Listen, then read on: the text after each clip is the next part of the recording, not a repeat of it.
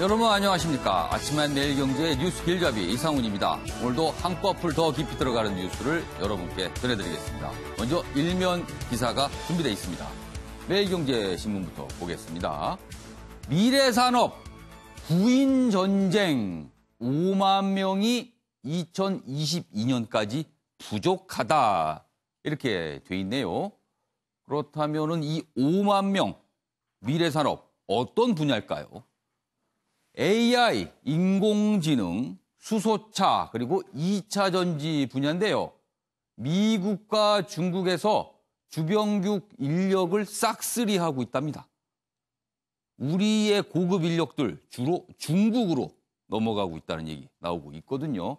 그나마 주요 대기업들은 파격 조건을 내걸고 인력을 구하고 있지만요. 자금이 부족한 벤처기업에서는 그냥 한숨만 쉬면서 쳐다보고 있다. 지금 미래산업 중요한데 사람이 국내에 없다는 얘기입니다. 자, 다음은 경향신문으로 가겠습니다. 고농도 미세먼지 앞으로는 국가 재난으로 취급하겠다. 이런 얘기가 실려 있습니다.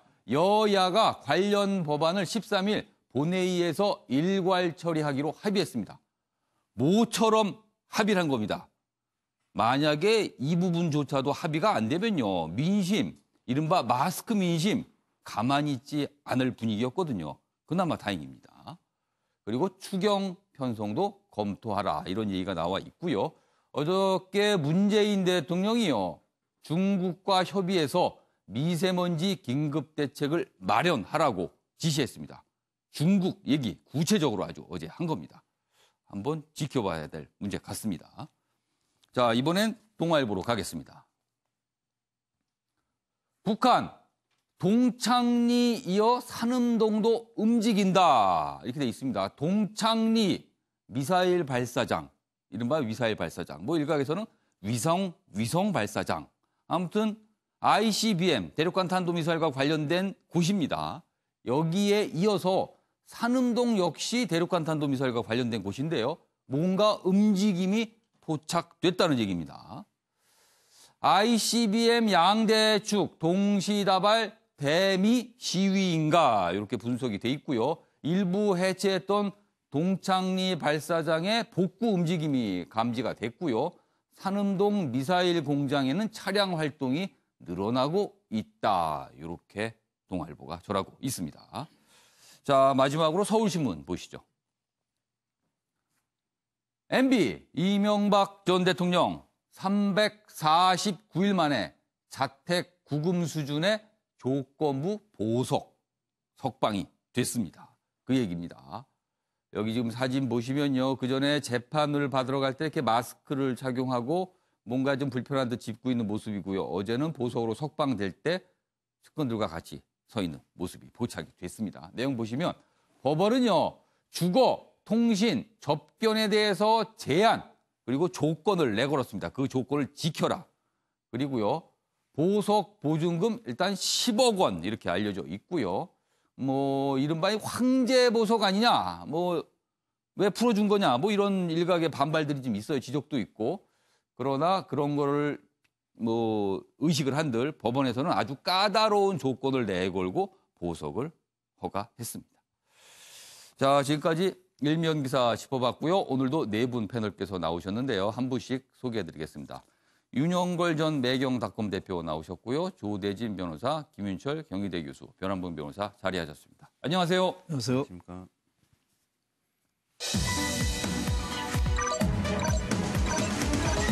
오늘 뉴스의 핵심을 정리한 아침을 여는 키워드 4가지 준비되어 있습니다. 첫 번째 키워드, 또 오리발 내민 중국, 집으로 돌아온 MB, 볼턴과 김정은, 그리고 마지막으로요. 며느리 전쟁 키우는 영국 네티즌들입니다. 우리나라 네티즌이 아닙니다. 영국 네티즌입니다. 이렇게 4가지 키워드 준비되어 있습니다.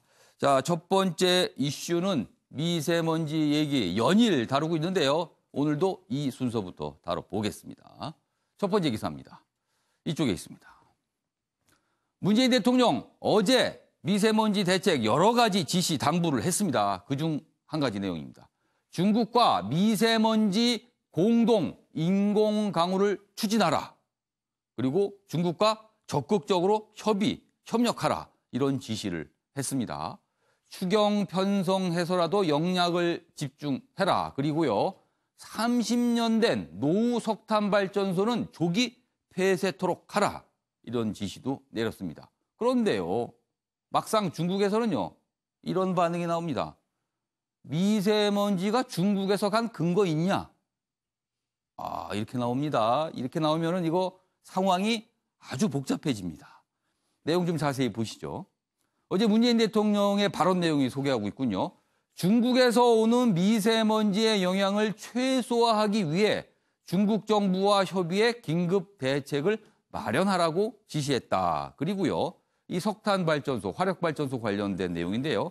30년 이상 노후화된 석탄 화력 발전소는 조기에 폐쇄하는 방안을 적극 검토하라. 이렇게 돼 있습니다. 어제 지시 내용은 이 두 가지가 핵심 아닌가 합니다. 자, 그럼 여기서요. 어제 문재인 대통령의 지시를 전한 청와대 대변인의 브리핑이 있었습니다. 그 내용 영상으로 확인해 보시죠.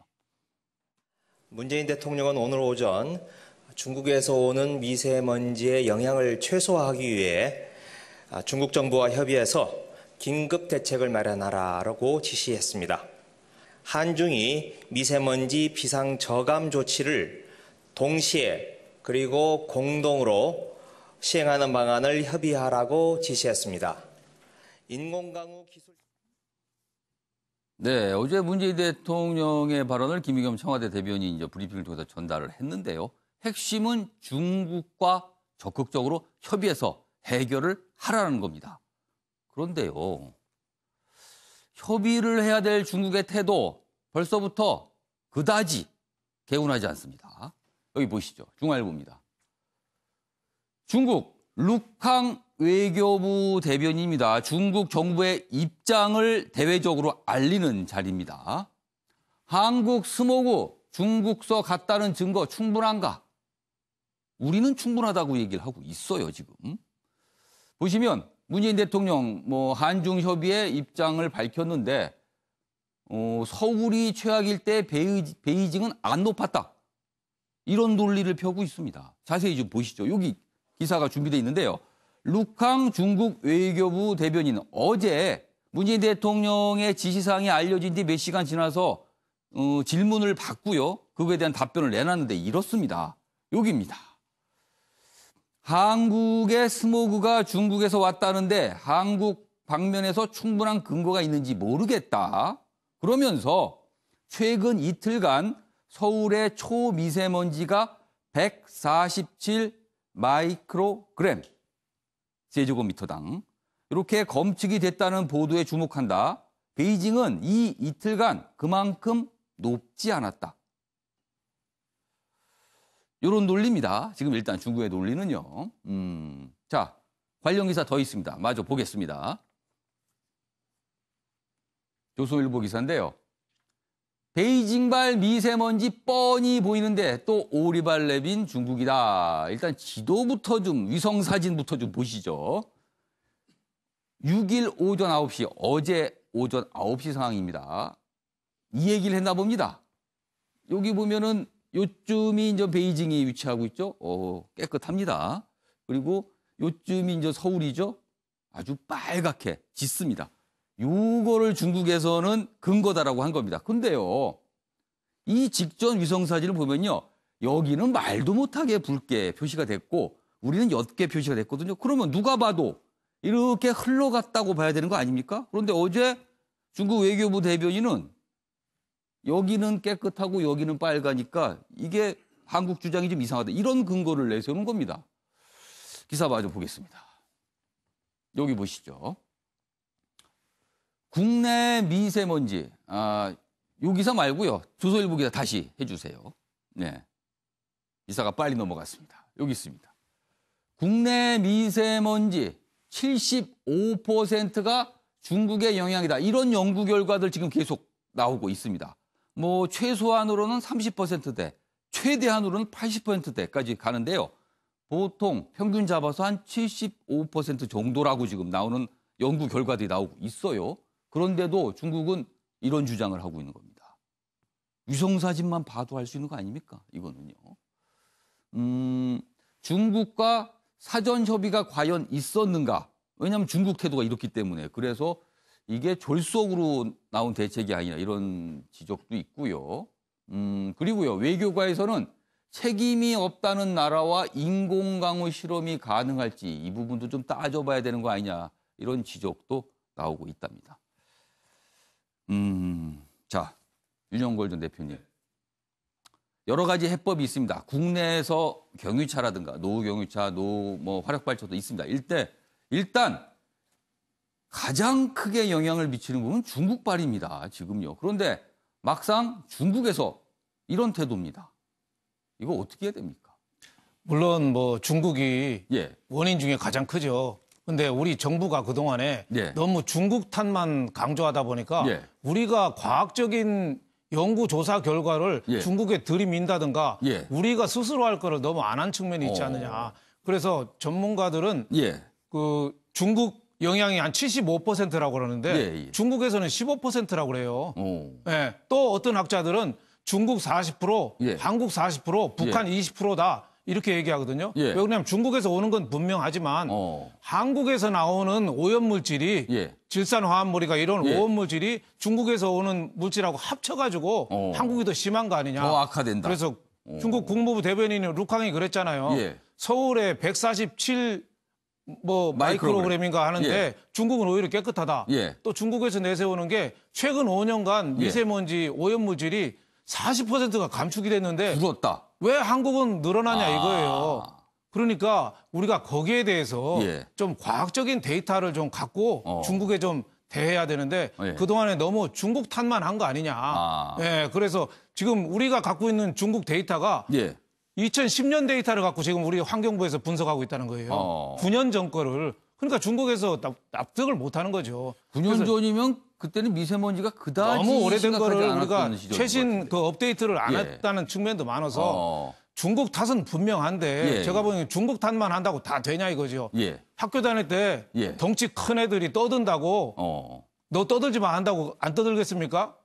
화내죠. 오히려 사드 보복하는 거 봐요. 오히려 예. 중국은 지금 생각이 전혀 없으니 지금 인공 강우다 예. 뭐 이렇게 중국의 협조를 얻는 예. 거는 그거는 좋지만 예. 우리가 단계적으로 과학적으로 학술적으로 중국에 좀 접촉할 필요가 있다. 지금처럼 인공강우한다. 예. 중국 책임이다. 또 우리나라 국회의원들이 단체 구성해서 예. 중국에 우르르 간다.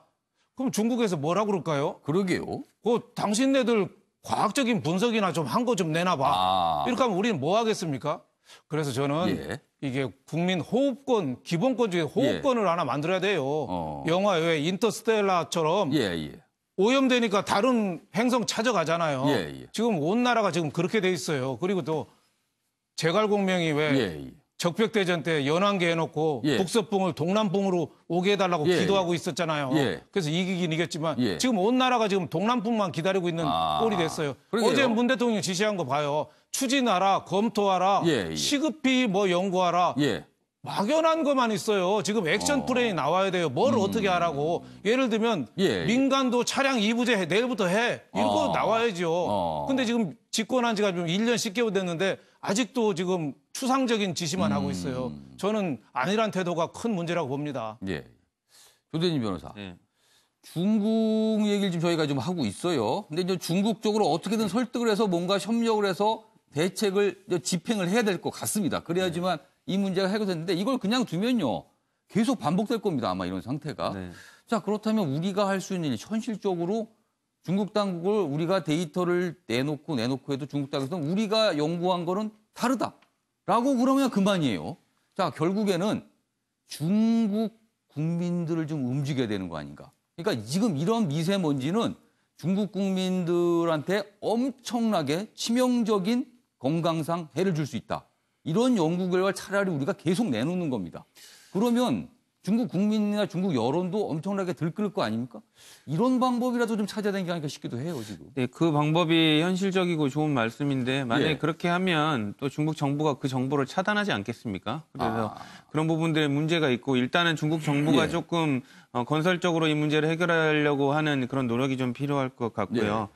그리고 아까 말씀 주셨지만 뭐 현 정부가 중국만 바라보면서 예. 뭐 모든 대책을 내놓지 않는다 이 부분은 예. 조금 성급한 거 아닌가라는 생각이 좀 드는데 어쨌든 지금 뭐 여러 가지 구체적인 그 정책들이 사실상 중국에 막혀 있었던 건 사실입니다. 예, 근데 예. 이제 어쨌든 대통령께서 이제 중국 정부와 협의를 하라라고 구체적인 그 지시를 내렸기 때문에 뭔가 구체적인 결과가 나올 것으로 기대를 하고요. 이제 이것과 동시에 중국 말고도 국내적인 여러 가지 그 절차들 아까 그렇습니다. 말했던 그 내수 예.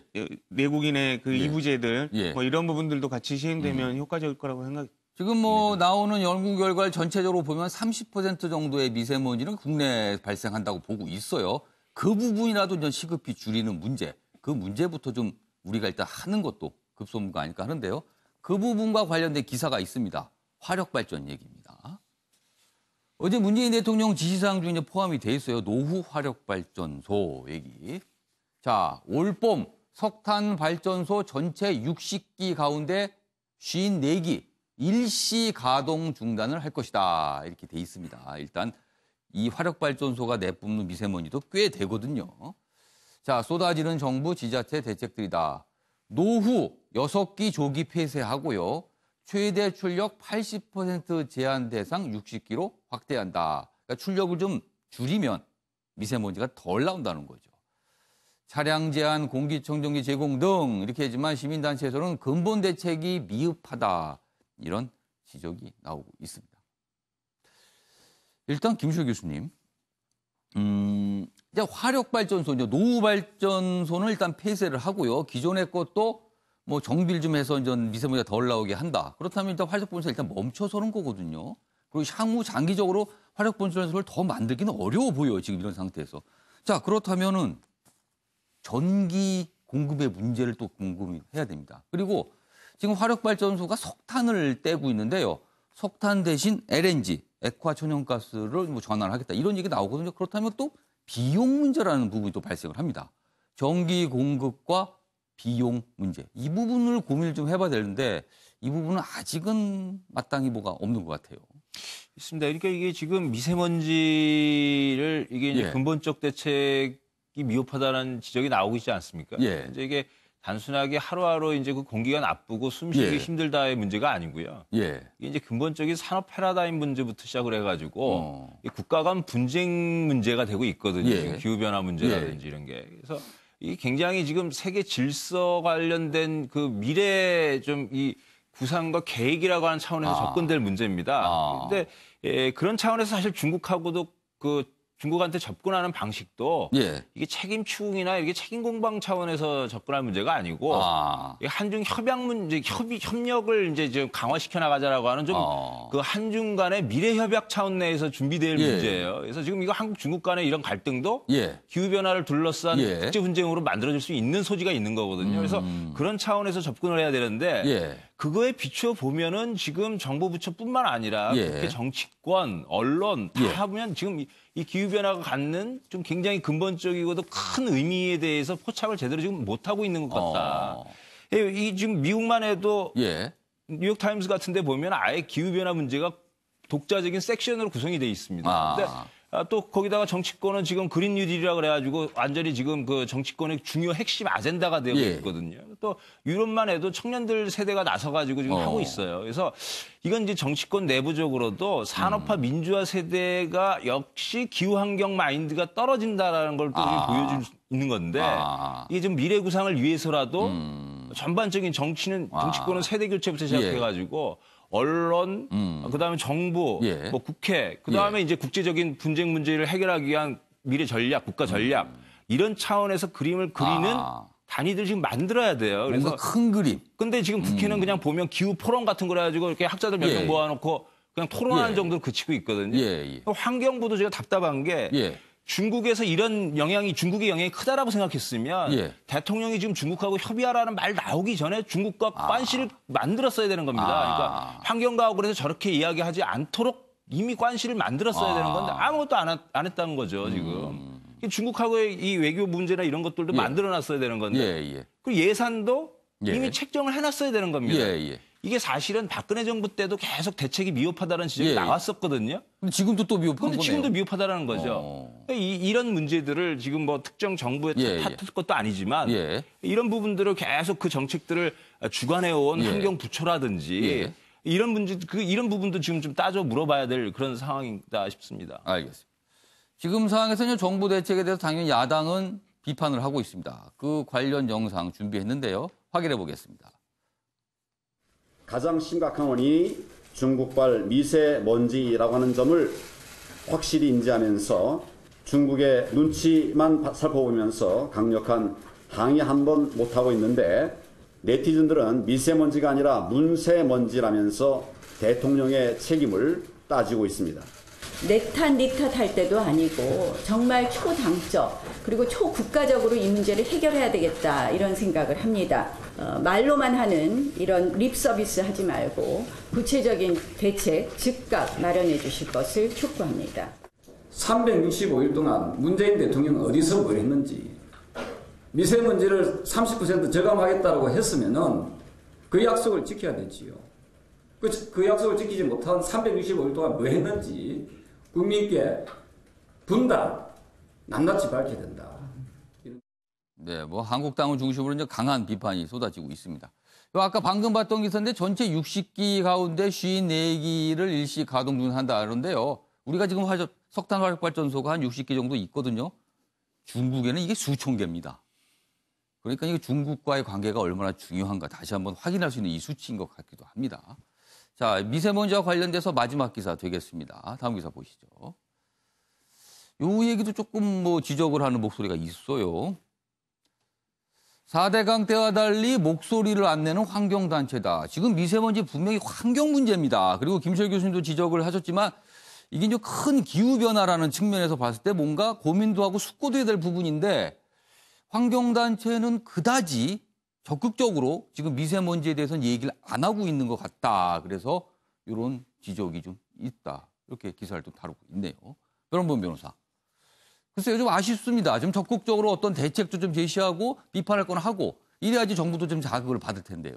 그러니까 앞서 김유철 교수님께서 좋은 말씀을 많이 주셨었는데 김 교수님 말씀처럼 환경단체가 결국 전문성을 가지고 환경에 대한 의견을 제시했던 것이 아니라 결국은 정치적 성향에 따라서 목소리를 낸 것이 아니냐라는 비판을 피할 수가 없게 된 것 같습니다. 그런 또 비판을 그렇죠. 받을 수 있는 상황이 됐다는 그러니까 세월호나 거네요. 사드나 뭐 제주 강정마을에 있어서는 환경을 생각한다면서 상당히 강한 목소리를 냈었죠. 그런데 지금 이제 중국과 우리나라의 미세먼지 문제 같은 경우에는 사실 우리나라에서도 포스코가 상당히 큰 책임이 있다고 하지만 포스코 같은 경우는 이제 오염물질 저감 장치가 상당히 잘 돼 있거든요. 근데 그에 반해서 중국의 제철소들은 그런 장비들이 제대로 돼 있지 않고 이제서야 이제 그런 게 시작되는 단계라고 합니다. 그럼 오히려 우리나라의 환경단체들이 중국의 환경단체와 연관을 지어서 연대를 해서 중국에서도 이제 경제 성장만 노력할 것이 아니라 이런 저감 장치에서 같이 노력을 해야 된다라는 목소리를 내야 될 것이고 우리도 자체적으로 이런 노력들을 계속 지속적으로 해야 된다라는 그런 목소리를 내면 오히려 정책적인 논란도 피해가면서 목소리를 낼 수가 있겠죠. 정부에 좀 힘을 줄 수도 있겠네요. 그렇죠. 그렇다면. 그런데 오히려 환경단체가 그런 전문적인 목소리를 전혀 내지 못하고 과거의 정책 이슈에 있어서만 환경을 살려야 한다, 사대강을 보호하자 그런 추상적인 구호만 외치다 보니까 지금 와서는 할 말이 없어졌던 거죠. 전문성도 없고 또 현 정부를 비판하다 보니 뭐 이념적인 코드가 비슷한 것 같으니까 뭔가 좀 아껴줘야 될 것 같고 그런 딜레마에 빠지면서 제대로 목소리를 못 내니까 이제 좀 이런 분란이 많이 생기는 것 같습니다. 알겠습니다. 손대진 변호사. 4대강 뭐 철거 문제하고 미세 문제를 비교하는 건 전 부적절하다고 보는데요. 일단은 공통적으로 결과적으로는 무슨 환경 문제인 것처럼 둘 다 비춰지지만 명확하게 해야 될 게 4대강 그 보철거 문제는 사람이 사고 친 겁니다. 사람이 사고 쳐가지고 만들어 놓은 것을 그 문제 때문에 환경 문제가 생긴 거고요.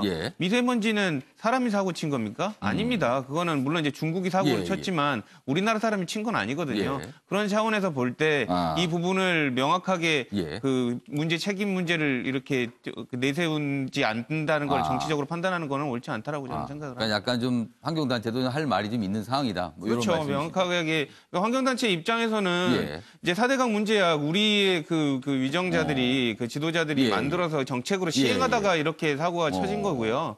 근데 미세먼지 같은 경우는 누구의 탓인지 아직 정확하게 드러나지는 않았지만 중국 탓인 경우가 많지 않습니까? 우리가 스스로 만들어낸 문제가 아니라는 것이죠. 좀 상황이 다르다. 이 설명을 좀 조대진 변호사가 강조를 해줬습니다.